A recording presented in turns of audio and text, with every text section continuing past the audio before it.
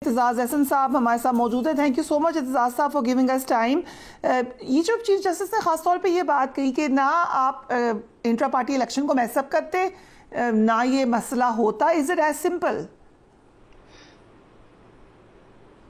नहीं, ये सिंपल नहीं है।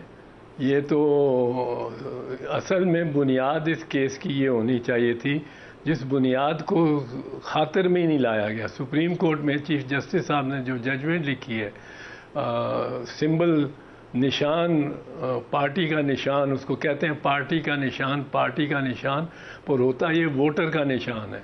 यही बुनियाद गलत है कि जी पार्टी से निशान ले लिया। पार्टी के 10 अगर ओहदेदारों ने गलत काम किया, उनसे गलती हो गई कि उन्होंने इलेक्शन ठीक ना कराए, वो प्रोसीजर ठीक नहीं अपनाया इंट्रा पार्टी इलेक्शन का, तो आप 2 करोड़, 2.5 करोड़, 3 करोड़ या 1 करोड़ वोटर जो उस पार्टी का है उसको सजा देते हैं कि उससे सिंबल ही ले लें। सिंबल तो उसकी सहूलत है, सिंबल उसका फंडामेंटल राइट है, पार्टी ही का नहीं। पार्टी ये कहते उर्फ आम में है कि उस फलां जमात का सिंबल तीर है, फलां का शेर है, फलां का फलाना सिंबल है। ये सिंबल होता है इसलिए कि आपकी 70% आबादी नाखानदा है। अब हिंदुस्तान में कल इलेक्शन हुए, परसों ख़त्म हुए, वो भी सिंबल पे चलते हैं। श्रीलंका में सिंबल की ज़रूरत नहीं पड़ती क्योंकि वहाँ खानदगी 99% या 100% है। बांग्लादेश में पड़ती है, सिंबल लगाते हैं। सिंबल से अब बंदा अपने कैंडिडेट को पहचानता है जो अनपढ़ होता है। तो ये निशान तो उसका फंडामेंटल राइट है। और फंडामेंटल राइट पे सुप्रीम कोर्ट ने 2 जजमेंट्स दी हुई हैं। एक के पार्टी बना के और पार्टी का सिंबल लेना, ये पार्टी बना के और इलेक्शन लड़ना और पार्टी की इजाज़त होना इलेक्शन लड़ने की, ये 1988 में बीबी शहीद के केस में फैसला किया था। फिर उन्होंने फैसला किया था दूसरा कि सिंबल जो है ये भी एक फंडामेंटल राइट है। राइट, फंडामेंटल राइट है। इसको इत्तेज़ाज़ साहब, आज आपने अगर पूरी हेयरिंग देखी हो और बहुत सारे कानूनदानों ने ट्वीट भी की, इस पे कमेंट्री भी की, एक ऐसा तासुर गया जैसे चीफ जस्टिस ऑफ पाकिस्तान बहुत मौजूद हैं वो, लेकिन वो मुसलसल दिफा करते रहे बल्ला ले लेने के फैसले का। इतनी ज़रूरत क्यों उन्हें महसूस हो रही थी कि बार बार ये बात असर्ट करें कि वो फैसला लेकिन ठीक था, आपकी अपनी गलती की वजह से था? फरिया, मैं तो समझता हूँ और मैं पहले भी कह चुका हूँ कि मेरे राय में तो चीफ जस्टिस साहब को इस बेंच की सरबराही करनी नहीं चाहिए थी। और उसकी वजह सिर्फ ये नहीं है कि उनका ख्याल में या अदालत में उन्होंने क्या, कोर्ट रूम में क्या फरमाया है, उसका ज़्यादातर अगर आप देखें ये बल्ले के केस का डिफेंस उन्होंने उसके सामने भी किया है। वो जो ब्रिटिश हाई कमिश्नर है बीबी, उसके सामने उसको जो ख़त लिखा है आपने उसमें जो एक जमात के ख़िलाफ़ कार्रवाइयाँ वो कर रही है गवर्नमेंट, उसके को पूरा उनको जस्टिफाई किया है और अपना और उसमें बड़ा क्लियरली ये भी जो कंट्रोवर्सी निशान की आई है, होती रही है अदालत में, ये अदालत में मामला था। आप उस पर एक ओपिनियन देते हैं एक प्राइवेट कॉरेस्पॉन्डेंस तो नहीं, पब्लिक कॉरेस्पॉन्डेंस में, और एक दूसरे मुल्क के एक ओहदेदार अफसर के मिस मैरियट, उसके सामने आप ये अपना मौक़िफ़ पेश करते हैं। कोई ज़रूरत नहीं आपको मौक़िफ़ पेश करने की थी। ये तो फॉरेन ऑफिस का काम है। फॉरेन ऑफिस को आप कहते कि आपने क्या कर। सो वी कैन कंक्लूड कि चीफ जस्टिस फुल ओनरशिप दे रहे हैं उस फैसले को। He is like taking the ownership कि मैंने ये डिसीजन लिया था, हालांकि बेंच था, और इसको डिफेंड भी करना है। ये तासुर नहीं आता? ये तासुर तो आप फरमाते ही इतना ज़्यादा है, ज़्यादा हर वक्त आप एक हैं और बाकी 7-8 जजेस जो बोलते हैं, वो सवाल करते हैं, उनमें से आप एक हैं। पर वो आप कि आप फिर उसको डिफेंड करने लगते हैं तो वो लगता है कि जिस तरह आपकी अपनी कॉज है। अब वो बेंच 3 मेंबर का बेंच था जिसने ये फैसला किया। उन्होंने, मैंने आपको बताया ना, उन्होंने ये इस बुनियाद को देखा ही नहीं कि ये बल्ले का निशान जो है ये वोटर का, करोड़ों वोटर का निशान है, और इसी तरह तीर करोड़ा वोटर का निशान है। शेर आजकल बहुत डाउन है पर फिर भी करोड़ एक वोटर्स का तो निशान आज भी होगा।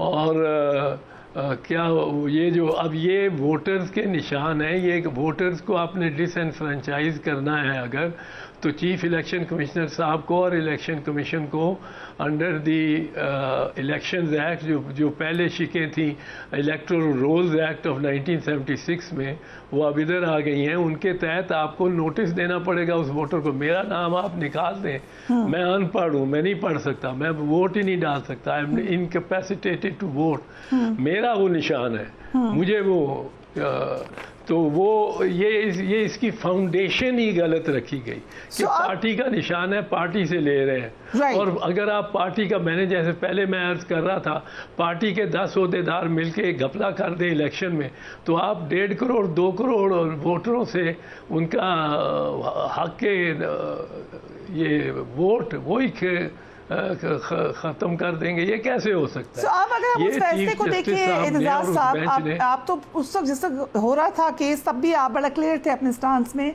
लेकिन अब जब हम फैसले को देखते हैं तो वही जमात जिसका निशान ले लिया गया, वही जमात पहले कह भी रही थी कि हमें लगाया जा रहा है दीवार से, जिसका आज जस्टिस अथम ने जिक्र भी किया कि हम आंखें बंद नहीं कर सकते इन वाकयात से।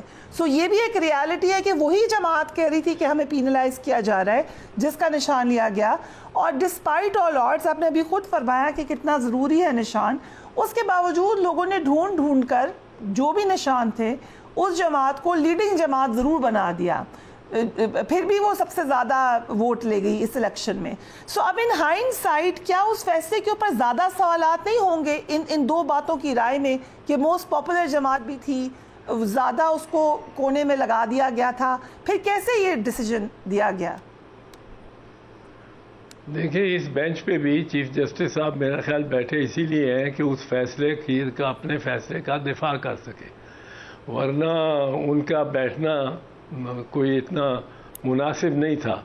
वो उस ख़त के, पर्टिकुलरली उस ख़त को उन्होंने, आपने देखें भेजा किसको, जो बिल्कुल ला ताल्लुक है, वो भेज दिया आपने उसको to the lady chief justice of England, उसको भेज दिया, and to the chief justice of the supreme court of United Kingdom, सारे यूके के जो सुप्रीम कोर्ट है उसके चीफ जस्टिस को भी आप वो ख़त कॉपी करके भेज रहे हैं और रजिस्ट्रार से दस्तखत करवा रहे हैं।